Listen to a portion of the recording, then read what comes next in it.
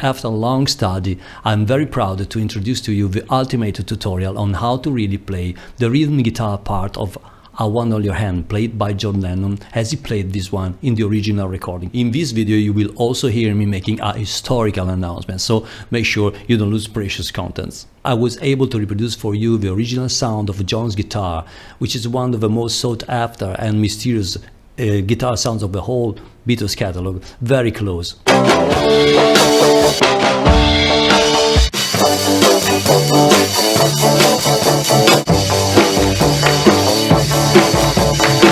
And in this video and in another one that will come, I will provide you with all the information that you will need to reproduce the same sound for your covers.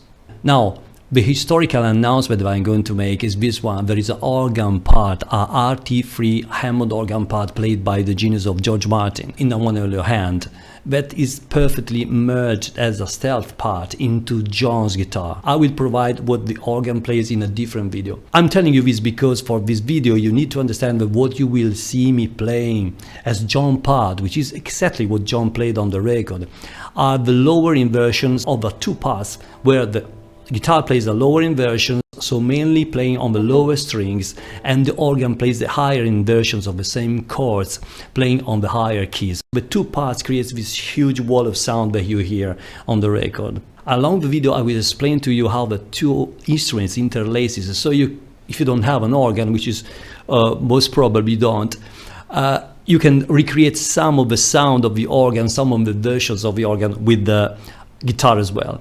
When I discovered that there was a Hammond organ part in I Want to Hold Your Hand, I immediately googled that, and I realized that there was a guy called Jeffrey Aaron, who I then became in contact with, who wrote this book, Hearing Aids to the Beatles Volume 1, A Musician Perspective, along with his mate, British mate, Mike Brown, who has mentioned the organ. He was the first one to recognize that. Now take your time, relax, follow me carefully, because as usual, what the Beatles really played is far more complex and articulated than what we thought they played. Let's start with a few hints on how to recreate the best possible the original sound and intention of the guitar part. I tried any type of strings, any gauge, even flat wound, big, small. If you want to get the same sound that you hear on this video, you will have to use this type of strings, Pyramid 0942. The pickup that we are going to use for the whole part is the bridge pickup of the Rickenbacker 325.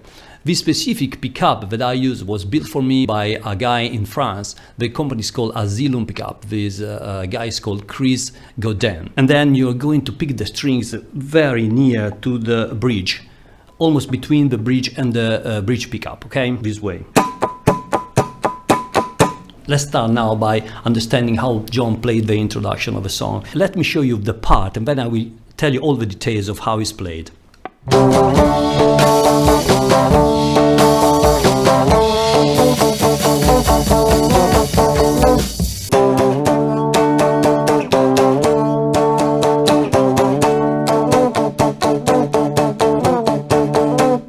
This is how John played the intro.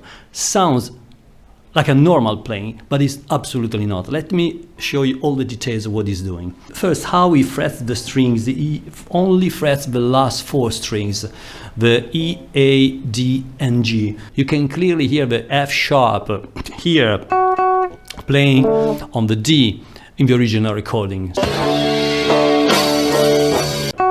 So it's not a full bar chord, it's just playing the last four notes. That's a clever idea, because this way it's easier to pass from the C to the D without being sloppy. And the cadence that is given to the strumming is also particular, so it's not very sharp, it's not continuous. It's down, down. And then when he moves to the D, there is no slide. We see almost everybody playing a slide there, but there is no absolutely slide on the original recording. The illusion of the slide is due to the fact that John gets to the D a little swinged on the tempo. So this creates a sort of illusion that there is a slide, but there's no slide. Okay, so it's... The second part, the D, is continuous. When John gets to the last D, he changes the form of the chord to a D7, which is why you hear a little more delay in reaching the D on the recording. So you stop plucking down, you start with the upward plucking the boogie stuff. Okay, so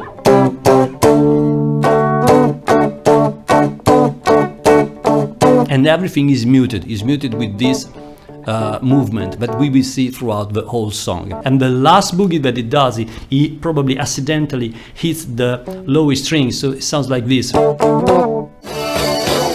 And then he gets into the verse. Let's now go through the verse. Remember that the guitar arrangement that John played is built to be merged with the keys of the organ. So you will see John muting with his left hand, this movement of his left hand, every single chord, to mimic the same envelope of the keys playing below. Starting from the G, we notice that John is using a specific position of the fingers in order to mute the D string. So it's basically playing only the low E and the A string. So with the pinky he plays the boogie, but only one time, not twice. This way. If you want to emulate the organ, because probably you don't have an organ player, what you can do is adding this B note on the G string at the 4th fret. This way. This is an iron version played by the organ, okay? Then John moves to a D chord, which is played in a particular way. First, you have to make a small bar chord on the low E, A and D string. Here. And you have to move here anticipated, so listen. This way. Then the boogie goes with the medium and pinky, and this time he plays the boogie twice with the pinky. And look what's happening here. He moves here, so the E minor chord is played here, not here like he played live. He plays an open E string, which creates this ton ton ton ton ton ton ton boom boom. This way, listen. So you have to play the low E string open and mute it just a little while after you played it, like this. Okay, so you mute it with your thumb between the nut and the 1st fret. Then it goes to a B7. The B7 is played by keeping the thumb to mute the low E string, so the low E string is not ringing. So you have medium, 2nd fret on the A, index, 1st fret on the D, and ring finger, 2nd fret on the G. This is played by muting everything else. Okay, so you just played these 3 notes. Okay, everything else is muted. If you want to emulate the organ here, you add the F sharp on the high string, so, and you add it on the last strikes.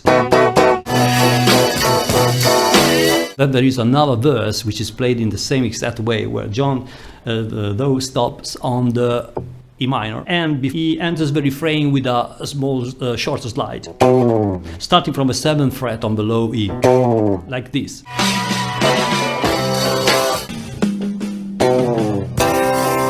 Next comes the refrain. Let me show you the part first, and then we will go through the chords.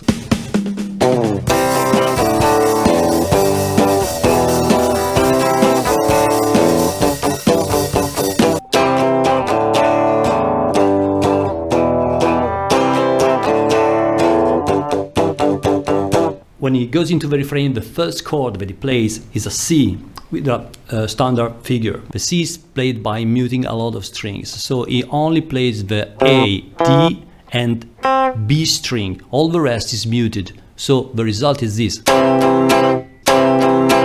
Then he goes up and plays open A and D string. This way. After this goes to a D, and then he plays a open E string, low E string, this way, and goes into a G. The G is played like this on the last 4 strings, again like the introduction. And then E minor, okay? The 2 chords are sort of muted in the passage. When he goes back to the C, which is again muted as before, to to the G muted. When we get to the middle 8, the arrangement of the song completely changes and is built over the organ, the bass, and George's main arpeggio.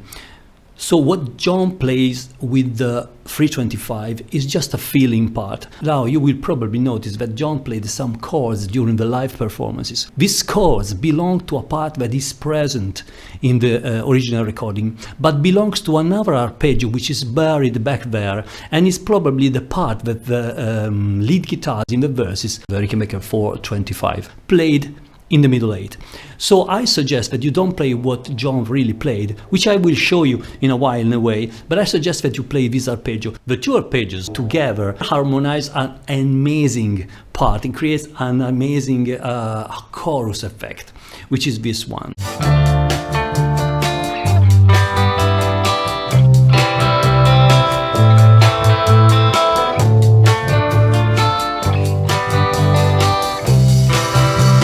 So let me show you the part. I will first play this one for you, and then I will explain this one chord by chord.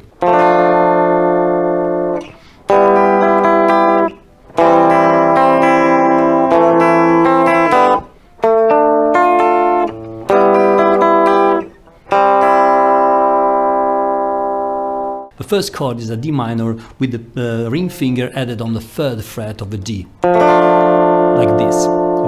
The next chord is a G6 with the pinky added on the 5th fret of the B string, and is arpeggiato like this. And then the part goes to a standard C and a standard E minor, and they are played like this. So I strum the D, G, B string down and the high E string up, and then B string down, high string up again. Same thing for the A minor. Then there is an open B and G string. Then the next chord is a D minor, played here, and it's played exactly like George plays in the main arpeggio. And then again the G6. And then you go to the C and play just this. So G string, B string down, and high string up. You will see that this as well is going to harmonize with George's main arpeggio in an incredible way. How John sorts out of the middle 8. It's an example of incredibly powerful chord, probably the first example of a very rocking power chord.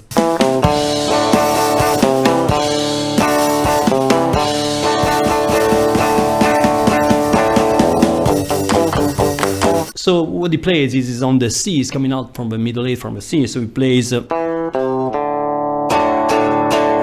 hitting the D 4 times and muting the A with the thumb. Okay, sometimes he hit the A's as well. Then the second time he hit the D twice,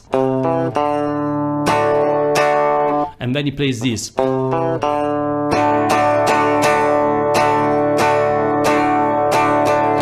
Open E, verse again. So the last time is slower.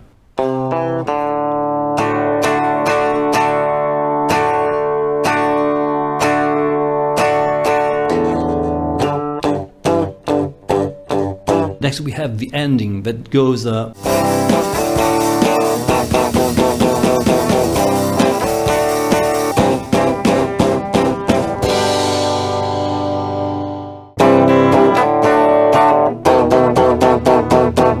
so remember, 2 times D,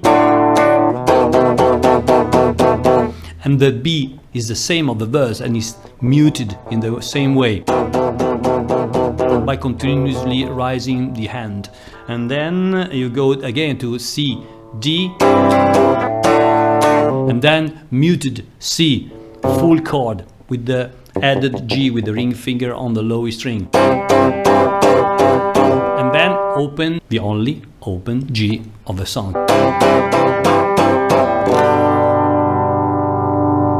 Amazing effect, just like the original recording.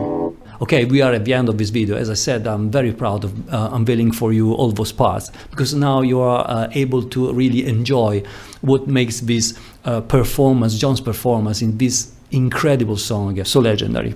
So let me know in the comments below what you think about the video, and subscribe, of course. Please support the channel. Creating this content is a very time spending, so I appreciate if you support the channel. So see you next time on the next video. Ciao.